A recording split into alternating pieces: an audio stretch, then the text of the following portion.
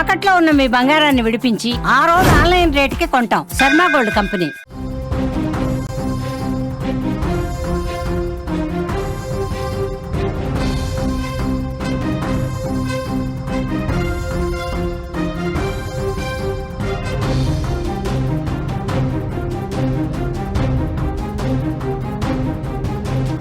వివాహ బంధానికి illegal affairs తూట్లు పడుస్తున్నాయి.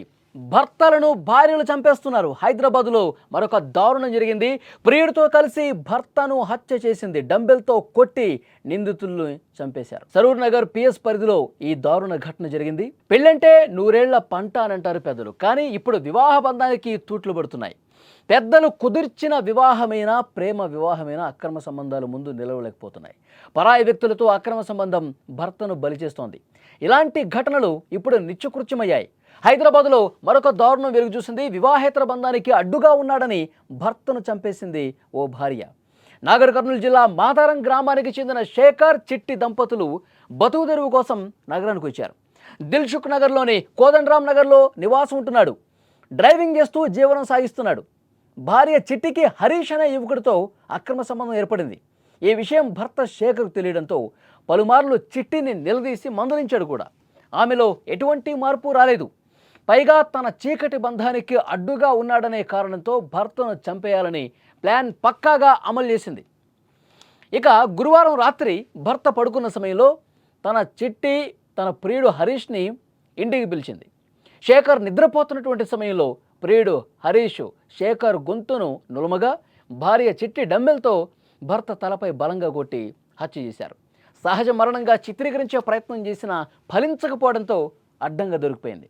స్థానికుల సమాచారంతో రంగంలోకి దిగి సరూర్ నగర్ పోలీసులు అక్కడికి చేరుకుని నిందితురాలను అరెస్ట్ చేశారు. ప్రియుడు హరీష్ పరారీలో ఉండగా అతడి కోసం గాలిస్తున్నారు. నిందితుల్ని కఠినంగా శిక్షించాలని మృతుని బంధువులు ప్రస్తుతం డిమాండ్ చేస్తున్న పరిస్థితి ఉంది.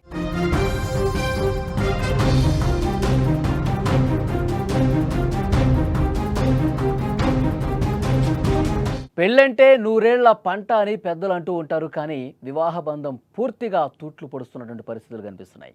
పెద్దలు కుదిర్చిన వివాహమైనా సరే, ప్రేమ వివాహమైనా సరే, అక్రమ సంబంధాలు వీటన్నిటినీ కూడా ఈ బంధాలని చెరిపేస్తున్న పరిస్థితి.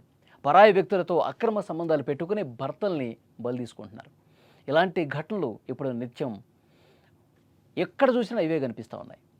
హైదరాబాదులో ఇలాంటి ఘటనలు ఇక నిత్యకృత్యమైన పరిస్థితి. ఒక హైదరాబాదే కాదు, 2 తెలుగు రాష్ట్రాల్లో, దేశం మొత్తం కూడా ఇవే కనిపిస్తూ ఉన్నాయి. వివాహేతర సంబంధానికి అడ్డుగా ఉన్నాడని భర్తను చంపేసింది ఒక భార్య.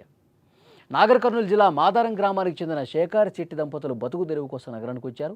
దిల్సుఖ్ నగర్లోని కోదండరామ్ నగర్లో నివాసం ఉంటున్నారు. డ్రైవింగ్ చేస్తూ జీవనం సాగిస్తున్నాడు. భార్య చిట్టికి హరీష్ అనే యువకుడితో అక్రమ సంబంధం పెట్టుకుంది. ఈ విషయం భర్త శేఖర్కి తెలియడంతో చాలాసార్లు చెప్పాడు, మందలించాడు, నిలదీశాడు కూడా.